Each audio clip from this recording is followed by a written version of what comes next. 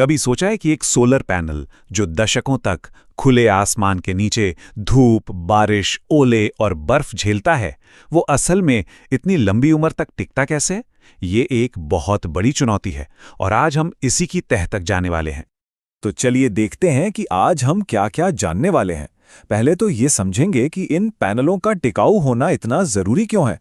फिर बात करेंगे उस ग्लोबल क्वालिटी स्टैंडर्ड की जो इनकी मजबूती पक्की करता है।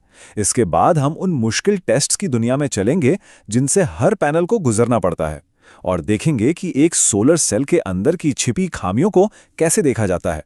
और आखिर में हम ये समझेंगे कि ये सारे स्टैंडर्ड्स इतने मायने क्यों रखते हैं। तो चलिए सबसे पहले और सबसे बड़े सवाल से शुरू करते हैं जो सोलर पैनल लगवाने की सोचने वाले हर इंसान के मन में आता है। क्या ये सच में इतने लंबे समय तक चलेंगे? ये सवाल असल में सोलर टेक्नोलॉजी की सबसे बड़ी चुनौतियों में से एक है, लॉन्ग टर्म ड्यूरेबिलिटी। जरा सोचकर देखिए, 2 दशकों से भी ज्यादा रोजाना मौसम की मार झेलना कोई मजाक नहीं है। तो फिर मैन्युफैक्चरर्स इस बात को पक्का कैसे करते हैं कि उनका प्रोडक्ट इतनी लंबी लड़ाई लड़ पाएगा? इसका जवाब नियमों और टेस्ट की एक बहुत ही एडवांस दुनिया में छिपा है। और यहीं पर टिकाऊपन की इस चुनौती का एक ग्लोबल यानी पूरी दुनिया में माना जाने वाला समाधान सामने आता है। ये कोई अंदाजे का खेल नहीं है, बल्कि साइंस और इंजीनियरिंग पर बनी एक मजबूत योजना है। मिलिए हमारी कहानी के हीरो से। IEC 61215 ये सिर्फ एक नंबर नहीं है, ये वो ग्लोबल रूल बुक है जो तय करती है कि कोई सोलर पैनल मार्केट में बिकने के लायक है भी या नहीं। समझिए कि ये क्वालिटी का एक वर्ल्ड वाइड पासवर्ड है।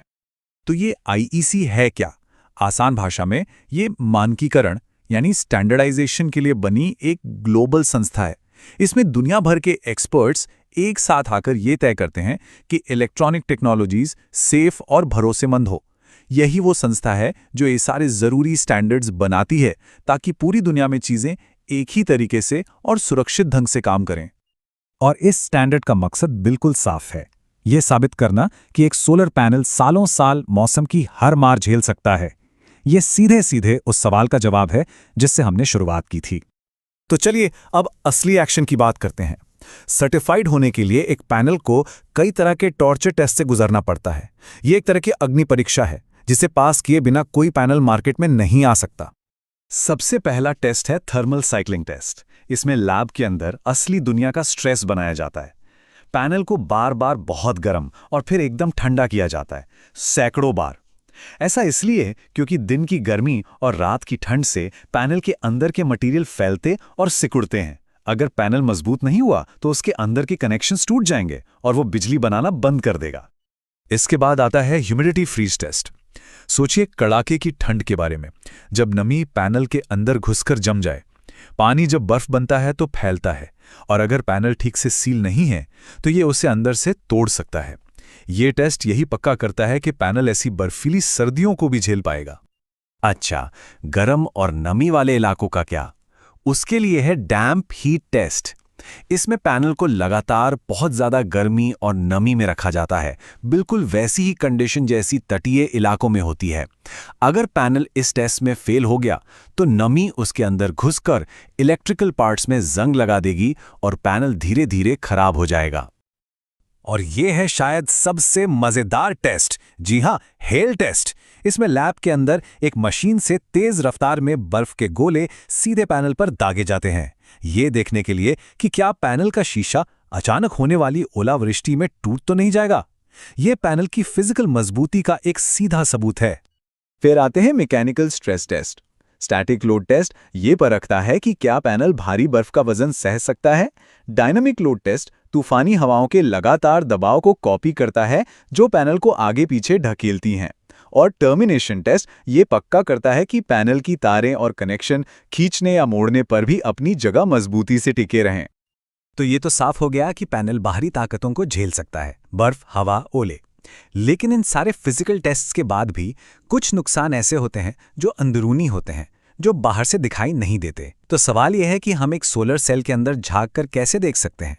चलिए अब इस हाईटेक दुनिया में चलते हैं और इसका जवाब है इलेक्ट्रोल्यूमिनेसेंस इमेजिंग, या शॉर्ट में कहें तो EL इमेजिंग। इसे सोलर पैनल के लिए एक तरह की एक्सरे नज़र समझिए। ये एक कमाल की टेक्नोलॉजी है जो उन छोटे-छोटे क्रैक्स और खामियों को भी पकड़ लेती है जिन्हें हमारी आंखों से देखना नामुमकिन है। और ये कोई ऐसी वैसी प्रोसेस नहीं है, ये इतनी ज़्यादा ज़रूरी है कि आईएससी ने इसके लिए एक अलग से टेक्निकल स्पेसिफिकेशन बनाया है जिसका नाम है ISC TS 63202-2। इससे पता चलता है कि क्वालिटी कंट्रोल के लिए इन अनदेखे डिफेक्ट्स को पकड़ना कितना क्रिटिकल है। तो फ़र्क क्या है? देखिए, एक नॉर्मल विजुअल इंस्पेक्शन में आपको सिर्फ सतह पर टूटे हुए कांच, गंदगी या टूटा हुआ फ्रेम दिखेगा, लेकिन EL इमेजिंग सेल के अंदर की माइक्रो दरारें, वो हिस्से जो बिजली नहीं बना रहे और मैन्युफैक्चरिंग के दौरान हुई गलतियों तक को पकड़ लेती है। ये क्वालिटी चेक में ज़मीन आसमान का फ़र्क ले आता है। तो हमने सारे टेस्ट देख लिए, टेक्नोलॉजी भी समझ ली, लेकिन आखिर में इन सब चीज़ों का मतलब क्या है? ये सब इतने ज़रूरी क्यों है? आइए अब इस पूरी कहानी का सार समझते हैं। ये लाइन सीधे स्टैंडर्ड डॉक्यूमेंट से ली गई है और ये सब कुछ बता देती है। आसान भाषा में कहें तो मकसद सिर्फ ये साबित करना नहीं है कि मॉड्यूल आज काम कर रहा है, बल्कि ये साबित करना है कि वो आने वाले कई सालों तक मुश्किल से मुश्किल हालात में भी काम करता रहेगा। और आखिर में इसका हम सब पर क्या असर होता है? देखिए, जब कोई पैनल इन स्टैंडर्ड्स को पास करता है तो ये हमें विश्वास दिलाता है कि हम एक सेफ और भरोसेमंद प्रोडक्ट खरीद रहे हैं। ये एक तरह की गारंटी है कि हमारा पैसा सही जगह लगा है और पूरी इंडस्ट्री के लिए ये क्वालिटी का एक बेंचमार्क सेट करता है जिससे रिन्यूएबल एनर्जी पर सबका भरोसा बढ़ता है। तो ये तो हुई आज की बात, लेकिन भविष्य के बारे में क्या? जैसे जैसे सोलर टेक्नोलॉजी और एडवांस होगी, उसे और बेहतर तरीके से हमारे जीवन में शामिल किया जाएगा। तो सोचने वाली बात यह है कि भविष्य के सोलर पैनल्स को किन नई चुनौतियों और किन नए टेस्ट्स का सामना करना पड़ेगा। ये एक ऐसा सवाल है जो आने वाले समय में इनोवेशन को नई दिशा देगा।